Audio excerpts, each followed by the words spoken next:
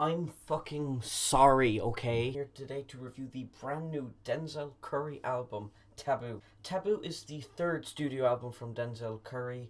Denzel Curry originally gained prominence through the song Ultimate, which came out in 2016.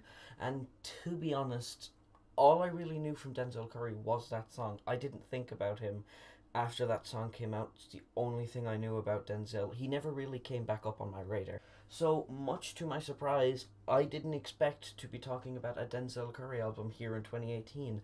I didn't expect, after my last review, that the album I would be reviewing today would be a Denzel Curry project. Here in 2018, everyone is raving about him, and this album has become unavoidable, and for good reason. This album was released in 3 parts, and I heard the whole album in one sitting after the album came out. So there's this 3 act structure with the lighter and the darker sides of Ta13oo. That's the whole concept of the album. And bearing in mind that the only thing I'd ever heard from Denzel was the song Ultimate, let's dive into what I actually think of this record.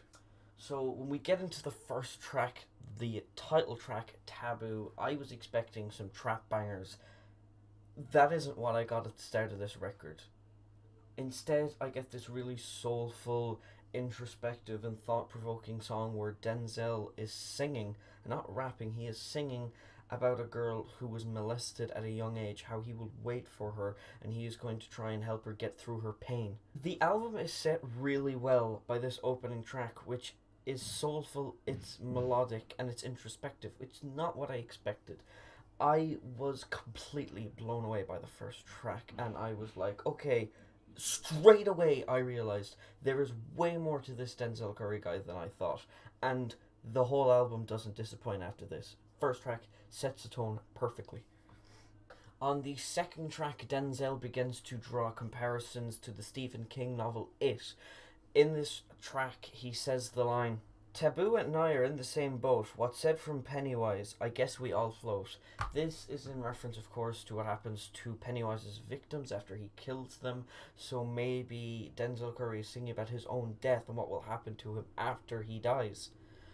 It kind of gets this.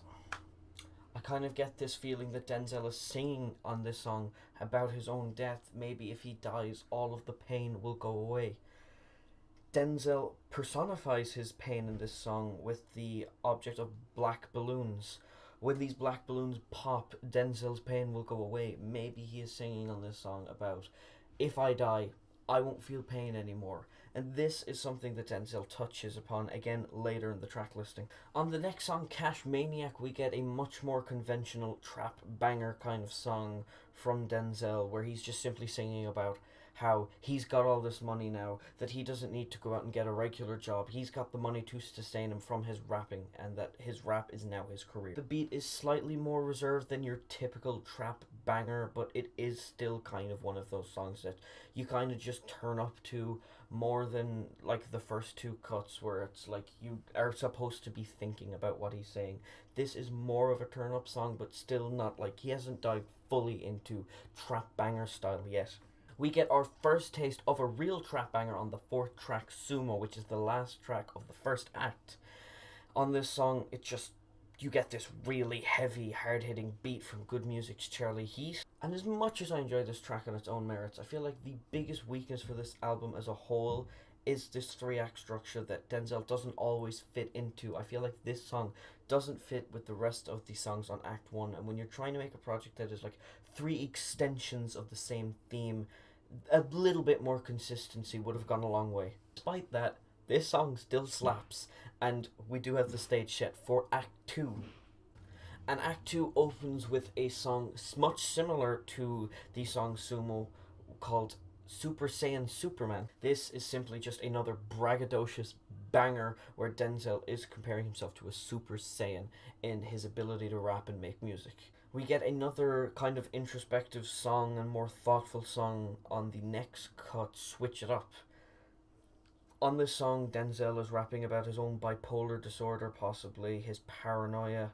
Denzel is basically displaying this bipolar through a frantic and constant changing of his tone of voice and flow, which really makes the listener uneasy, as I feel like the listener is supposed to feel during this song. You're a little on edge and you're worried for Denzel and what kind of state of mind he's in. Denzel is also worried about all of these new fans and friends that he's gaining through his popularity in music. There are people who care about him now that didn't care about him before, and he is worried about these people. He doesn't trust them. One of my favorite songs on this album is the song Sirens featuring Jid. Jid is another rapper that I've been hearing an awful lot about in the last week, and he's someone I definitely need to check out because I'd never heard of him before this song.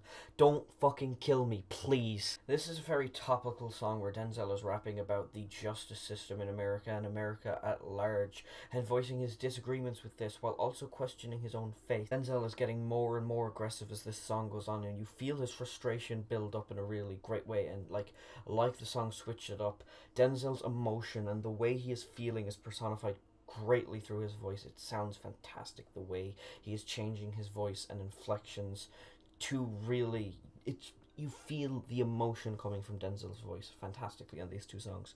This song is like a barrage of social commentary where Denzel touches on things like date rape, comparing America to date rape, and comparing Donald Trump to Donald Duck.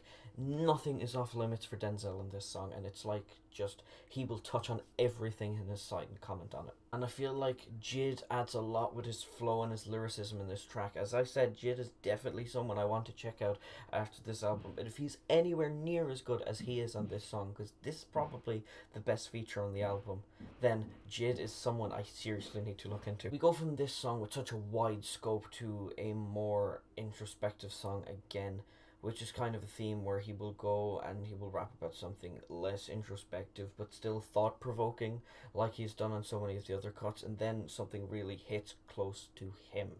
And he does this with one of the lead singles off this album, Clout Cobain. This is honestly one of my favourite cuts from the album, probably my favourite, and on this track Denzel raps about suicidal thoughts, paranoia, and people who try to sabotage other people for their own clout.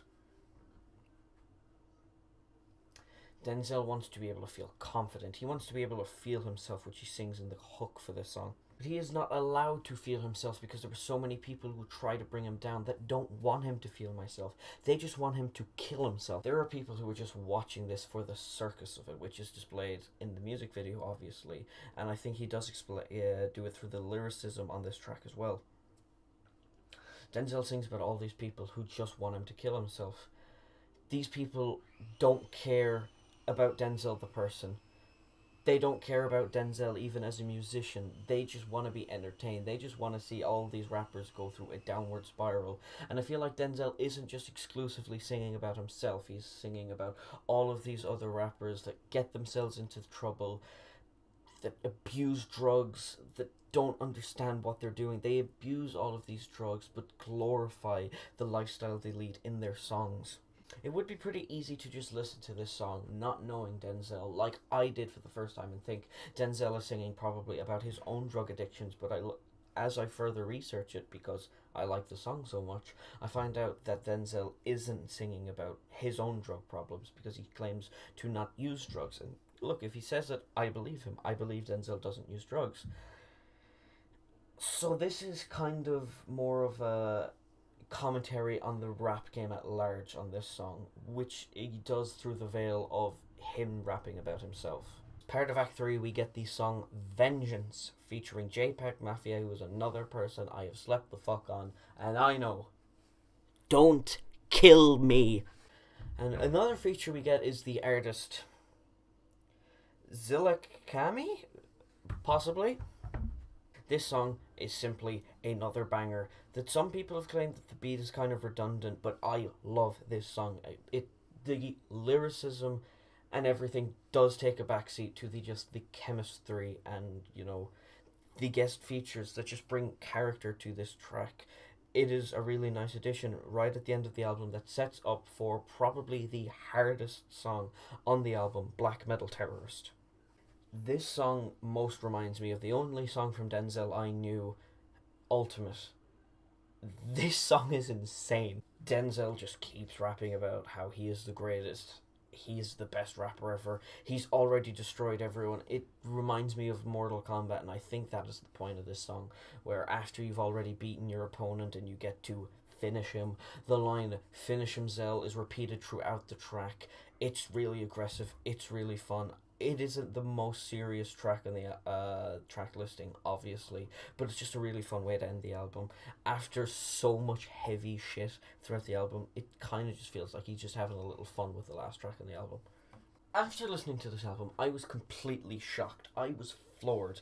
Denzel Curry is not someone I thought I would ever end up listening to. I didn't think back in 2016 when that fucking meme song Ultimate that I kind of liked, but it was kind of a guilty pleasure because I didn't think there was too much to it. I didn't think there was too much to the guy that made it.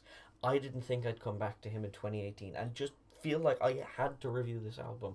I had planned on reviewing some other shit today, shit that I hope I get to, but I could not talk about this project. This project's fucking insane. Hip hop has had such a fantastic year for albums, with Daytona, Kids See Ghosts, Year of the Snitch if you count Death Grips as hip hop. There's been so many great projects coming out all over the place, and Denzel Curry has released one of those, and if not my favourite rap project of the year, which says so much for the great year hip hop had. Denzel has without a doubt made a massive fan of me, but I feel like he could do better on his next album. Like I said, the three act structure I didn't feel worked, but it's ambitious to try something like this. It isn't conventional, and I feel like with a lot more thought, and he said he didn't set out for the album to be like this, which kind of feels like it was an afterthought, but go into an album and try and make it interesting and try to have a concept like this and go into it. I feel like Denzel has the character and the ability to pull it off in the future. So I feel like Denzel's next album is something I'm already massively hyped for. But that doesn't take away from how great this album is. There is a great mix of introspective and meaningful, upsetting at times songs like Cloud Cobain and the opening track on the album. But there is also bangers like Vengeance, Sumo, and Black Metal Terrorist. There is something for everyone here, and if you can't find any enjoyment on this album, then I would be really surprised. So I feel like everybody owes it to themselves to listen to this album and think twice about Denzel Curry, because I didn't even need to go into this and try and think about it. It just became so clear to me from the opening cut that I had pegged this guy completely wrong.